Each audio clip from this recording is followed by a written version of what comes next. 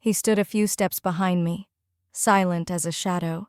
His hand brushed close to my elbow, a touch so light it burned. The office was empty, the door still unlocked, and I didn't say a word. The room held its breath, quiet as sin. Before we dive in, if you've been here before, hit that like button and subscribe. It's quick, easy, and keeps the lights on. New around here? Welcome. You picked a hell of a story to start with. Let's get to it. The clatter of my keyboard was the only sound left in the office, a dim hum under the fluorescent buzz overhead. Most lights were off, except the one above my desk, casting a pale glow on my papers.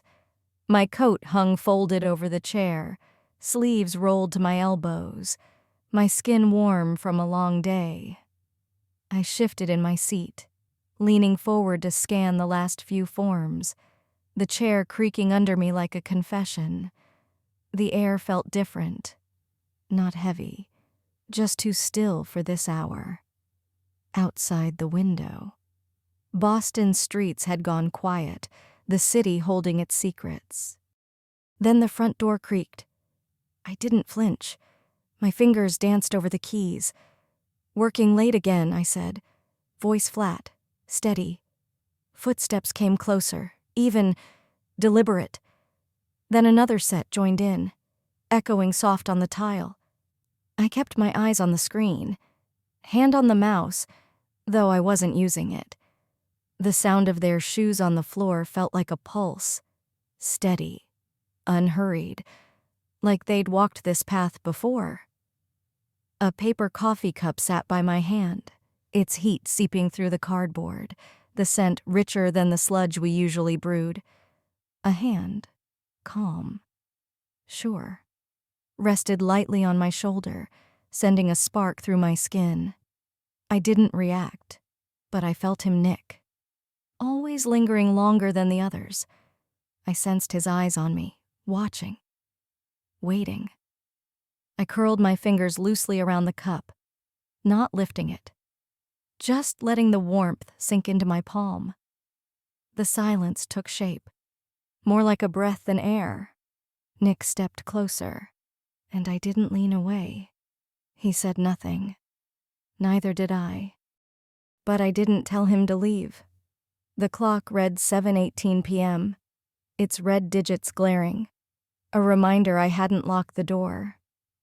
The coffee's heat lingered in my hand, but I hadn't taken a sip. What I felt more was the stillness behind me, alert, alive.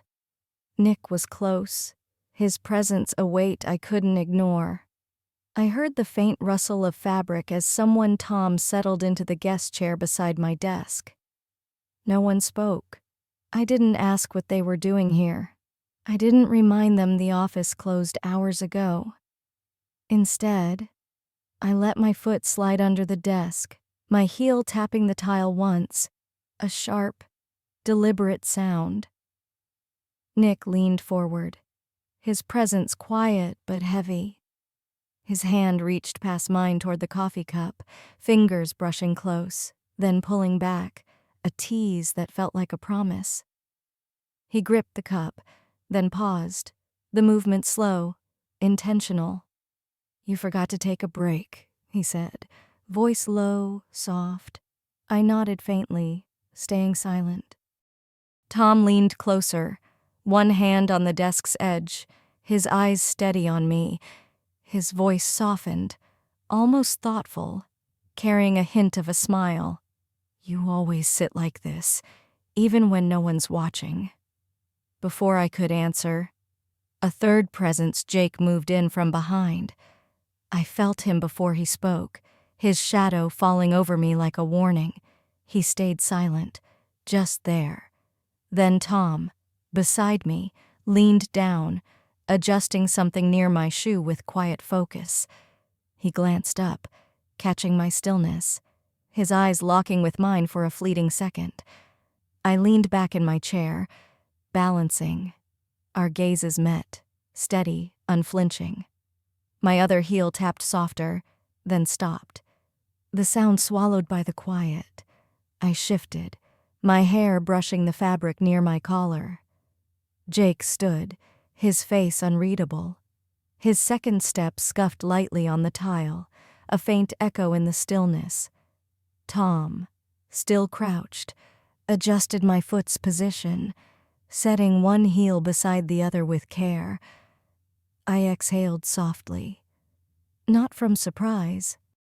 A steady attention settled between us. Unhurried.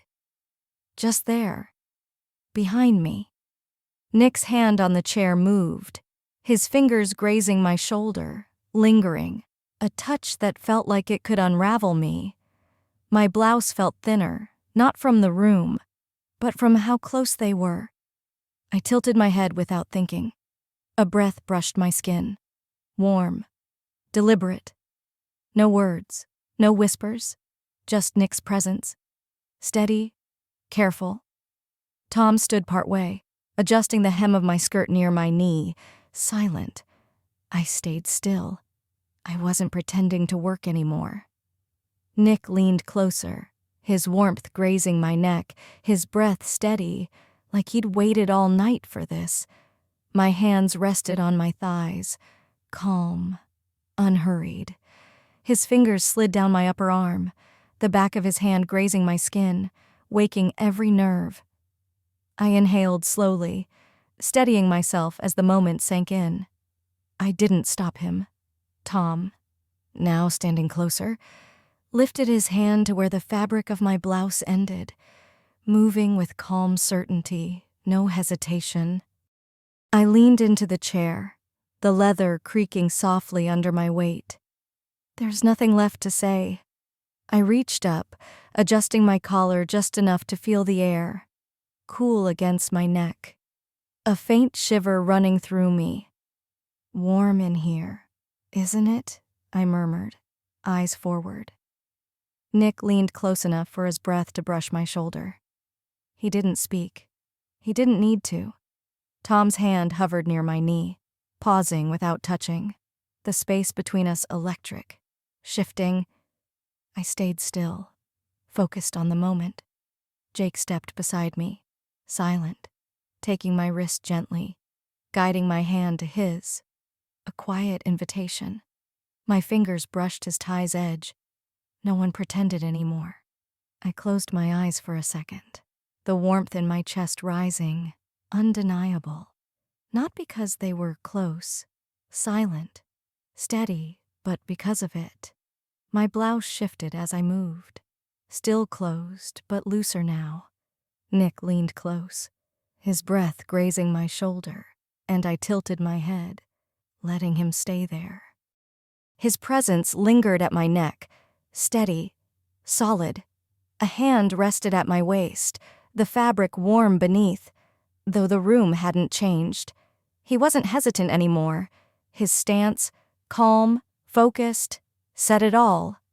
Earlier, my blouse's shoulder had slipped. When his hand adjusted it, just enough to set it right, I let him. I leaned forward, not toward any one of them, but into the moment we were all in. I stood slowly, the air shifting as I moved, heavy with unspoken need. No sound, no hands reaching, but no one stepped away. The silence deepened. A hand stayed steady at my back, near my spine, grounding me. Another moved along my sleeve as I reached for the desk to balance. The quiet between us grew sharper, heavier.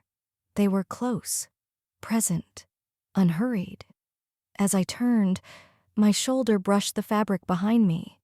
A faint spark of contact. I didn't need to look to know they were there, watching.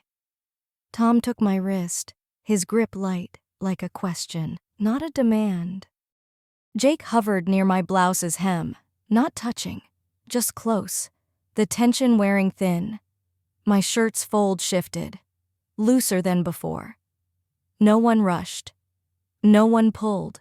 Another hand settled at my back, not pushing, not holding, just there.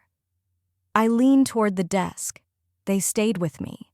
their presence a pulse in the quiet. No words, no hesitation. The room wasn't cold. A hand moved from my shoulder to my elbow, tracing the loosened fabric, the air cool against my skin. Behind me, someone shifted. A subtle change before a hand rested near my shoulder again. Light, present. I held my breath, not from surprise, but focus. To my right, Jake leaned closer, his breath faint through the fabric near my collar, not touching, just close. I braced both hands on the desk, steadying myself. Another hand rested near my back. Reliable, nothing more. My blouse moved with me, not open but loose enough to feel different. It wasn't about being seen, it was how I felt every shift, every breath, sharper than before. Jake gripped my wrist again, not to stop me, just to hold the connection, calm, clear, a touch that spoke without words. Another hand brushed my arm, not demanding, not taking, just steady attention. Honest, slow. My eyes closed for a second. They were close. One hand stayed beside me, another near my arm, a third farther back, each touch a quiet pulse. Nothing forced. It just happened. I didn't speak but stayed locked in it. I leaned into the desk, balancing in the stillness, their presence wrapping me without a sound. They didn't rush. They didn't reach. They stayed. Something shifted, not in sound, but in how I felt the quiet clearer. I moved my weight, leaning into the desk's edge, their presence steady, real, unyielding. A hand held my arm. Another rested low at my back. The third lingered close, patient, unflinching. No rush, no need to move, just presence, quiet attention, and something settling inside me, not nerves, not hesitation, just clarity, awareness. My focus sharpened, every sound, every touch, crystal clear. I exhaled, soft, steady. I stood firm at the desk. Their presence stayed close, real, unspoken. For a moment, I thought of nothing else, just the quiet around us. Be honest. Would you stay in that room if it was you? What would you do when she stayed silent? Drop it in the comments, I read them all. If you're still here, hit like, subscribe, and turn on notifications so you don't miss what's next. Thanks for sticking around.